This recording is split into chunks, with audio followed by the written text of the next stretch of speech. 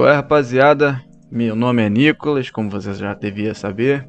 Esse é o The Freudcast, o podcast de um torcedor dos Pistons. Caso você quer saber mais sobre mim ou do meu time, segue lá no Twitter, @TheFreudPistons, e fique ligado sempre no que eu vou aprontar por lá. Chegamos ao quarto episódio. Enfim, chegamos ao quarto episódio e dessa vez decidi falar de um assunto que requer muita pesquisa e pode soar até um pouco doido falar um pouco sobre isso, já que eu vou tentar demonstrar como o basquete da NBA é impressionante, mas ao mesmo tempo monótono. Bom, não vou... Sem xingamentos, por favor, não me xinga não. Não me xinga não, já que somente são as minhas opiniões sobre tal assunto. E se você quiser, deixa aí teu feedback, junto com a sua opinião, claro. Leva na esportiva, tá? Por favor, sem briguinhas. E já que, obviamente, o intuito desse podcast é aprender ainda mais sobre os esportes e ter um bom debate sobre seus devidos assuntos. Então, antes de começar o assunto em si, a gente tem que pegar todo o background da história, né? Pra gente conseguir mostrar de forma clara e objetiva o que eu gostaria de trazer aqui para esse podcast. Bom, nos anos 70, a NBA estava com certos problemas que afetaram a liga, tanto financeiramente quanto popularmente, já que os dois andam lado a lado, claro. Por ser um período complicado para os Estados Unidos, que na época tinha muitos conflitos externos e também ameaçava o crescimento da liga, além da violência excessiva nas partidas e diversos problemas com drogas, tá? Na época tinha muito problema com droga. Não pensem que a violência que eu tô tentando dizer aqui seja como a retratada por muitos pelos bad boys no fim da década de 80. Mas sim algo que realmente afetava a liga em geral, já que passou a ser muito comum e era não só um time que fazia, não era só três times que faziam, era basicamente a liga inteira que se batia. Enfim. No hockey, a gente vê muita briga, o que é comum, mas também faz parte da história e cultura do esporte. Mas a diferença entre os dois esportes é porque no hockey tem a ética dos jogadores, de uma regra deles de lutarem e tal. E também tem as punições, é um jogo que tem bastante punição. Tanto que é até um stat de números que você ficou fora no hockey. E, obviamente, é um espetáculo para a torcida, né? Que já é um jogo muito, muito mais físico que o basquete. Mas o basquete já era um tanto físico dessa forma.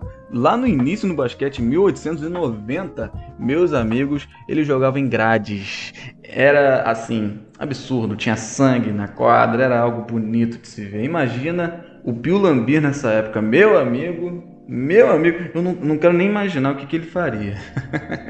Mas enfim, na NBA dos anos 70 era muito comum ter briga. Tanto que até em uma final da NBA aconteceu uma briga muito feia, que os jogadores ficaram realizando movimentos de boxeador, tá? Eles ficavam até em guarda, assim como se fosse uma luta de boxe. Mas o pior mesmo foi uma história do Rudy Tomjanovich. Se você é torcedor do Rockets, você vai conhecer esse cara. Afinal, ele foi campeão da NBA com os Rockets, 2 vezes sendo técnico. Mas enfim, o Rudy ele foi draftado pelo Rockets, que na época se baseava em San Diego, com a segunda pick do draft. Era um ótimo jogador que teve média de 17,4 pontos e 8,1 rebotes em sua carreira de 11 anos na liga, acumulando 5 idas para o All-Star Game e sendo o terceiro maior pontuador da história do Rockets. Antes dele virar um Hall da Fama sendo técnico bicampeão da NBA pelo próprio Rockets, como eu falei anteriormente, sua carreira teve um choque após uma confusão envolvendo Kermit Washington dos Lakers. Rudy foi separar uma briga entre os jogadores do Rockets e dos Lakers, mas Kermit nem hesitou em dar um soco que mudou o basquete para sempre. Tomjanovich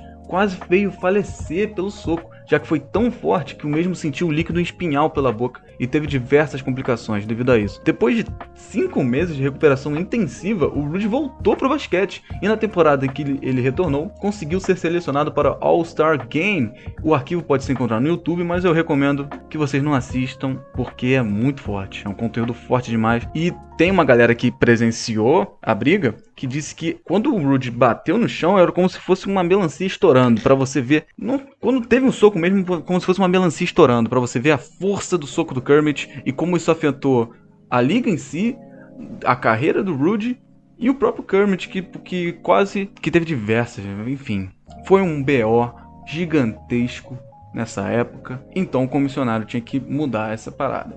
Então ele botou mais regras, para isso, mais regras de proteção aos jogadores, já que a nova década da NBA, a década de 80, foi a melhor década da NBA, como todo mundo devia saber, obviamente no quesito basquete jogado e na popularidade. Com multas e suspensões para brigas mais violentas, vimos uma era de basquete bem jogado, com defesas muito fortes, sem a tal violência dos anos 70. Era uma defesa forte, sim, mas não era tão violento quanto nos anos 70, que foi a pior época da NBA. Mas enfim, com o Magic sendo o primeiro novato a vencer o Finals MVP e o Larry Bird vinha ser um dos melhores jogadores da liga, ambos passaram a vencer campeonatos e dividir o trono de melhor time da NBA por quase toda a década. Somente os Sixers e o Pistons conseguiram ser campeões em 80. Isso demonstra o quão forte foi a década para os dois salvadores da liga nesse período.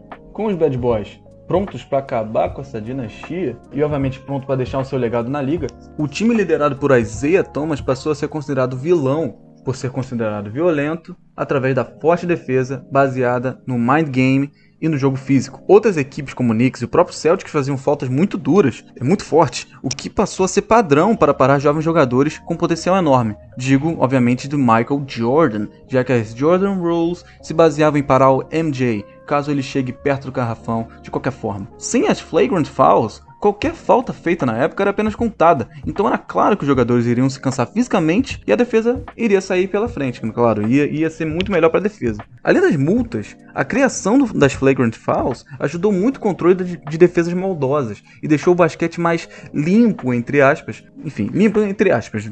Eu li errado, me desculpa porque eu sempre faço esse problema. Nos anos 90, vimos o auge de Michael Jordan, que veio a ter 6 títulos, e também vimos uma defesa muito forte de muitos times, até chegar nos anos 2000, onde a coisa passa a mudar de certa forma.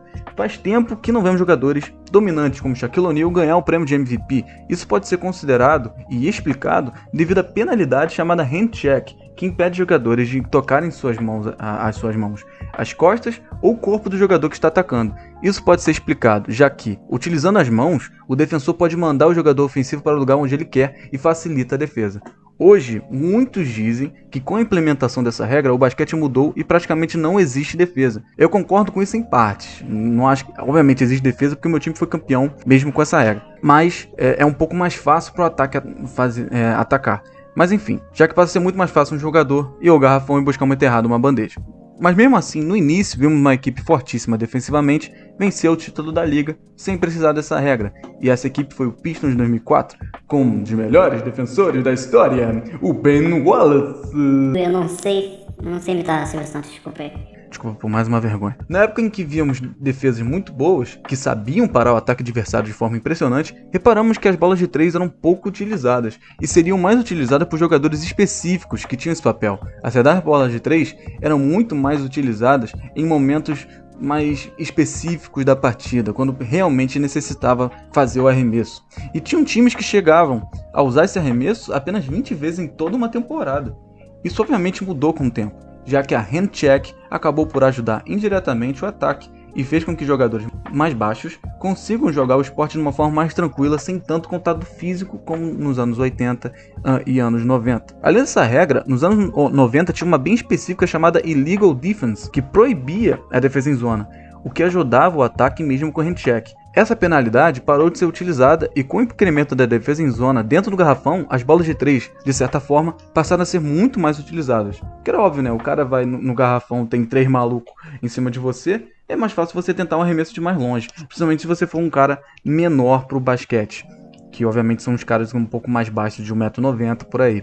Após o revolucionário Stephen Curry, um armador de 1,91 m que popularizou e muito esse tipo de arremesso, ganhar 2 MVPs, sendo um desse unânime, feito que jamais tinha ocorrido na liga, as bolas de 3 viraram febre e até hoje, um requisito quase obrigatório entre os jogadores presentes na liga, incluindo pivôs que basicamente só faziam bandejas e enterradas.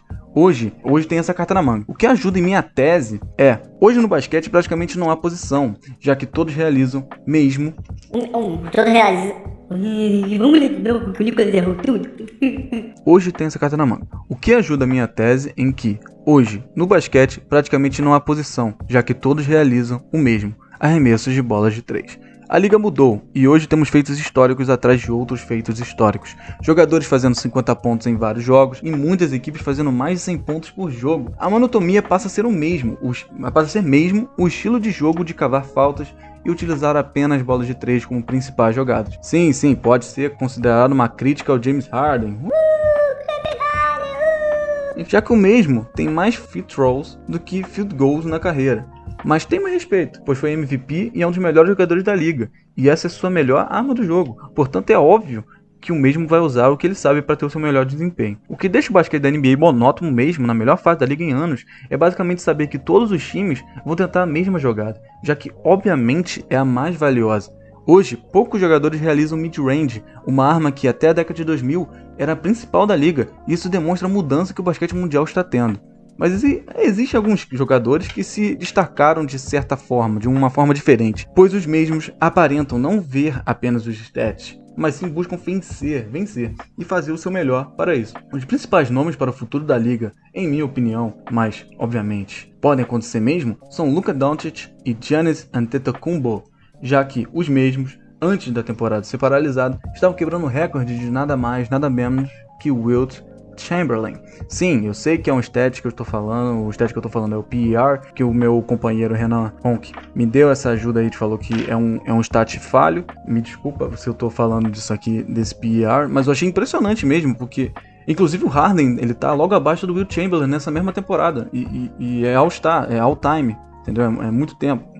Obviamente é muito tempo, né? É da NBA inteira, a história da NBA. É incrível ver que tem jogadores atuais fazendo isso e de uma forma simples, sabe? De um jogo normal. Um jogo feito para ganhar, baseado nas suas melhores habilidades. O LeBron, aos 35 anos, também está fazendo aquela temporada magistral e demonstra o porquê dele ser o escolhido. O escolhido, obviamente, você tem que pensar no The Chosen One. Yeah.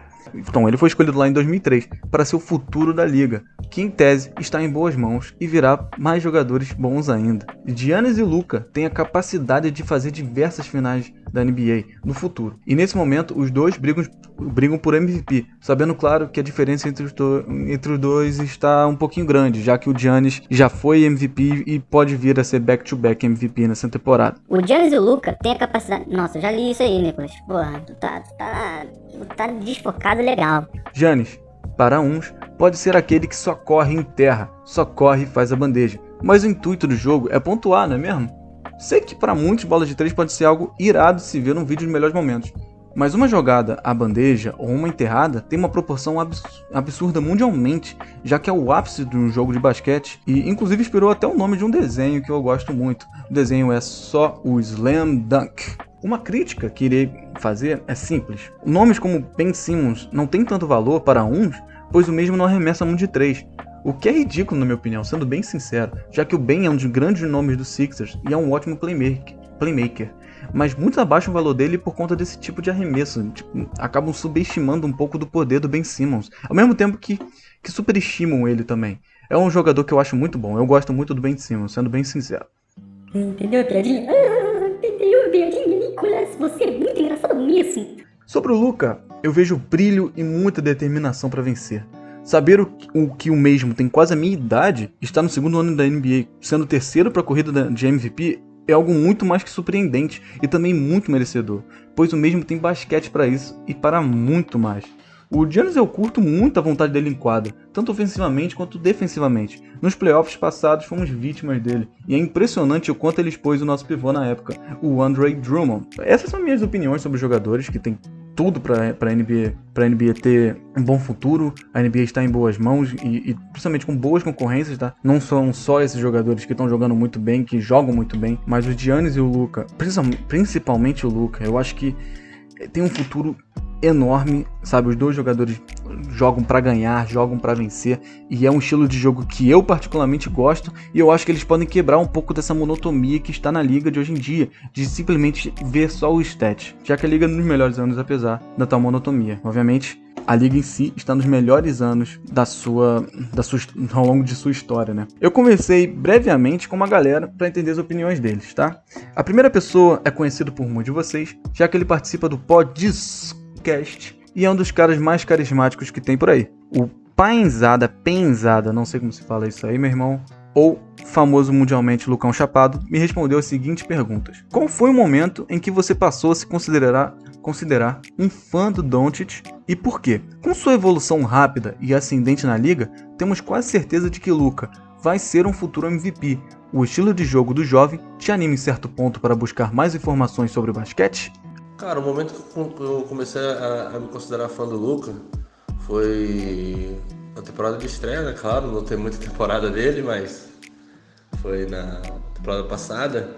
Eu nunca fui acompanhar muito basquete assim, de torcer pra time, sacou? Eu gostava de ver jogos e tal, sempre achei muito foda, mas nunca tive time. E porra, quando eu vi aquele moleque jogando pela primeira vez, mano, que bagulho absurdo, tá ligado? Tão novo e jogando tão bem, sacou? Tanto armando o jogo, como finalizando, como buscando a responsabilidade, com tão pouca idade, sacou? E quando ele fez aquela cesta contra o Portland, mano, vai tomar no cu, velho. Desculpa o palavrão aí, mas puta que pariu, o moleque mandou muito. O moleque é absurdo, sacou? Aí foi nisso, cara. Essa temporada de estreia dele já estourou tudo e agora na segunda ele tá mostrando que ele vai ser muito foda, tem tudo pra ser a estrela do time e trazer título pra Dallas. E virei torcedor do Dallas justamente por causa dele, cara, porque eu achei um cara absurdo. Como eu falei na primeira resposta, eu criei o perfil até na NBA TT justamente pra aprender mais sobre basquete por causa do Luka, tá ligado? Porra, me encantei de um jeito pelo jogo dele que eu falei, caralho, mano, eu tenho que aprender mais sobre o esporte, eu tenho que aprender mais sobre a liga. Eu quero acompanhar esse cara. Eu quero acompanhar ele da primeira temporada até a última, tá ligado? Se eu estiver vivo até lá. Mas ele é absurdo, mano. Todo mundo tem certeza disso, que ele vai ser o MVP e que vai trazer título pra Dallas, com certeza. Agora vem as perguntas feitas para o Luigi, ADM do Bucks Brasil. E aí está as seguintes perguntas que eu fiz para ele. Queria saber de você, como torcedor e fã, o Giannis tem a capacidade de um vencedor e buscar ser um talento acima do individual? É um jogador que nessa temporada está quebrando o recorde de melhor eficiência em quadra do Wilt Chamberlain. Qual característica do jogo dele você particularmente mais gosta? E também eu perguntei para ele, Giannis é um monstro tanto ofensivamente quanto defensivamente. Ele dar um título para o Bucks seria carimbar a carreira fantástica que ele está tendo e ainda terá na liga. Qual a importância do Giannis para o basquete de hoje em dia e o porquê dele ser tão diferente e dominante? Vamos conferir a resposta aí do Luigi. Salve galera, ouvintes do The Freudcast, aqui é o Luigi, sou administrador principal do Bucks _ Brasil no Twitter. Fui convidado hoje a responder 2 questões sobre o meu jogador favorito, Giannis Antetokounmpo. Então, sem mais delongas, vamos lá. A primeira pergunta é a respeito das características de jogo do Giannis, qual a característica do jogo dele que eu mais gosto. Uma característica em geral no Giannis que eu amo é que ele gosta de aprender. E vendo ele jogar essas 7 temporadas na NBA até aqui, ele aprendeu muita coisa e ele gosta de adicionar coisas novas ao seu estilo de jogo. Eu acompanho ele já há um bom tempo e praticamente toda semana ele me surpreende com algo novo. Mas eu diria que especificamente a característica do jogo dele que eu mais gosto é a versatilidade, porque ele consegue desempenhar bem várias funções dentro da quadra.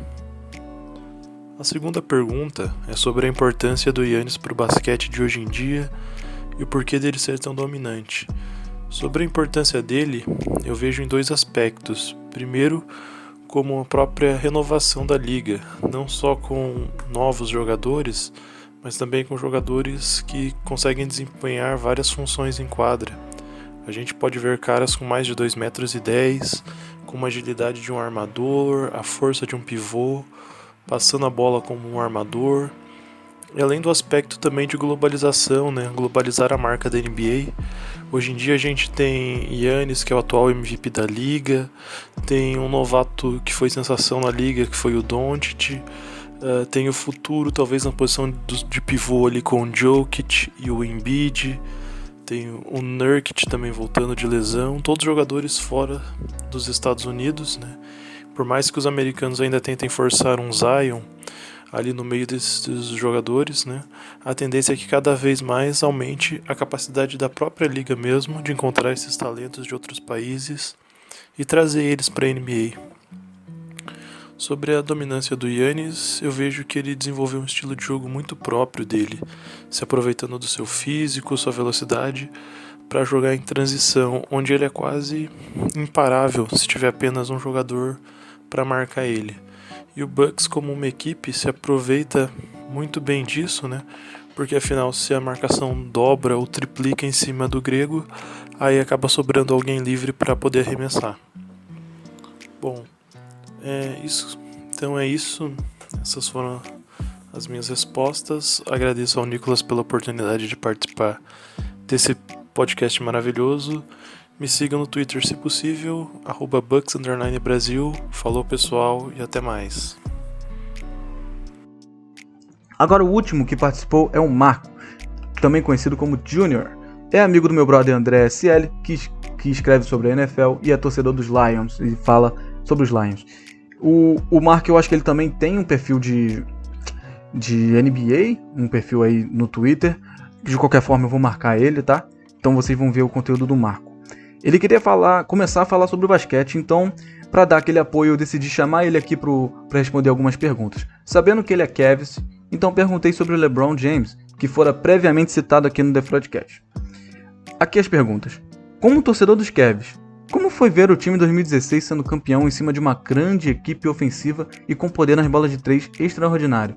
Acha que essa final demonstrou um ponto fora da curva no quesito estilo de jogo, já que o Cavs usou mais armas ofensivas além das bolas de 3? E também eu perguntei, como fã do LeBron, você acha que nesse final de carreira o mesmo pode marcar ainda mais a liga demonstrando um estilo de jogo único e diferenciado dos demais, buscando sempre atacar a tabela? E particularmente, o que você acha do estilo de jogo da NBA de hoje em dia? Chato, monótono ou diferenciado? Vamos escutar a resposta dele. Cara, eu acho que mais do que ver o time sendo campeão, é acompanhar da forma que foi. Depois daquele jogo 4, a série 3-1, acho que nenhum humano que acompanha qualquer coisa relacionada a esporte achava que era possível aquela virada. E o Cavs, ele simplesmente é uma mudança absurda do jogo 4 pro jogo 5 lá em Oakland, né? É um time que tava chutando pouco pra 3 e aí o LeBron começou a pensar, falou, pô, eu tô aberto, eu posso chutar. Ou eu consigo achar caras que estão abertos. E é a lei da vida, né? Se você não defende, você tem que ganhar o jogo fazendo mais bola de 3 que os caras. E foi essa grandeza que o Cleveland achou naquele ano. Pena que o ano seguinte não durou, né? Porque chegou o Kevin Durant, mas isso aí já é papo pra outros casos. E eu acho mesmo que, considerando que o LeBron esteja em final de carreira, estatisticamente essa é uma das melhores temporadas da carreira dele, porque ele praticamente dobrou o número de assistências que ele faz e ele manteve ali na média da pontuação da carreira dele. Tá um pouco acima da média total da carreira, um pouco abaixo do que a gente está acostumado dele, mas ele manteve ali um padrão de 25,7 pontos por jogo, uma média excelente, um aproveitamento bom na bola de 3. E eu acho que vendo ele nesse ano, ele está muito diferente na questão da liderança. Ele consegue distribuir o jogo muito bem para o time do Lakers, como ele nunca fez em nenhum time.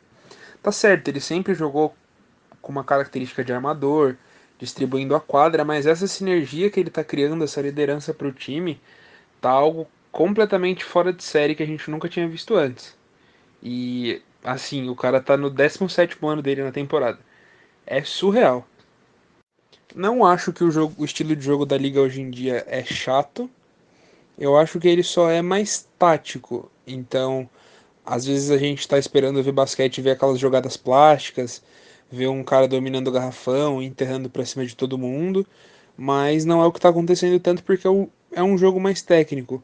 O Golden State Warriors ali em 2015, eles mudaram muito essa questão do jogo, porque eles eram o único time que rotacionava que nem doido sem a bola. Entendeu? Geralmente eles deixavam um cara fazendo pick and roll e o time inteiro estava se movimentando. E aí é onde ele abria muito espaço para a bola de 3 e é aquela questão.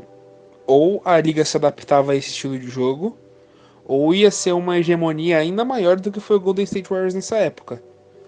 Eu acho que assim, a bola de 3 ela estaria para ser usada. Às vezes fica assim um jogo mais cadenciado, mas eu acho que é bom até porque leva algo além da dominância, entendeu? Porque, queira ou não, nas eras de 2000, era muito fácil você ter um corpo grande e ir pra cima da cesta, atacar a qualquer custo que você ia se dar bem. Mas agora você precisa ter também uma outra visão no jogo, você precisa ter um jogo mais tático, um jogo inteligente, saber defender melhor. Eu acho que abre mais o leque dessas opções. E vamos ser sinceros, né? O showtime da liga não acabou ainda e nunca vai acabar. A gente tá vendo aí Trae Young fazendo cestas do meio da quadra. A gente vê o Antetokounmpo correndo pra cima, enterrando na cabeça de todo mundo.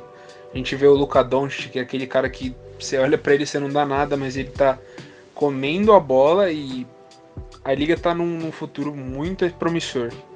Talvez vai ser um pouco diferente do que a gente tá acostumado a ver, mas é um futuro promissor e o Showtime eu acho que nunca vai acabar. E assim, eu encerro mais um The Freudcast, fico novamente grato a quem escutou, sabe que todos os outros estão disponíveis para vocês escutarem e entenderem o que eu quero trazer para cá. Me sigam no Twitter lá, o The Freud Pistons, e agora na twitch.tv/NicolasNaoli, onde eu farei umas lives e talvez possa gravar os pods de perguntas e respostas por lá. A Twitch eu vou jogar jogo, vou falar merda, assistir highlight de partida e comentar sobre. Quando voltar mesmo o Pistons a jogar, eu vou fazer todos os highlights de todas as partidas dos Pistons por lá. Então me segue que eu vou fazer por lá e, dá aquele apoio que é maneiro, que é uma coisa que tá me dando uma alegria de fazer. Novamente, sou grato, feliz por ter o apoio de vocês e, claro, apoiem os podcasts das comunidades em geral. Todos os podcasts é uma plataforma muito maneira. Esse quesito de fazer um podcast te ajuda em muitas coisas.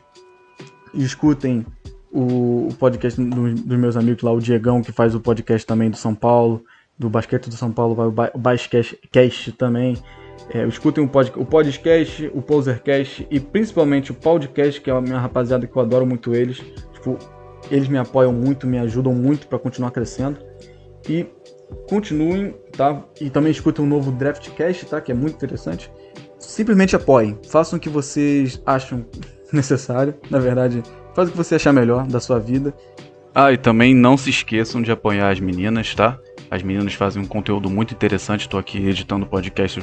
Eu sinceramente esqueci na hora de citar elas.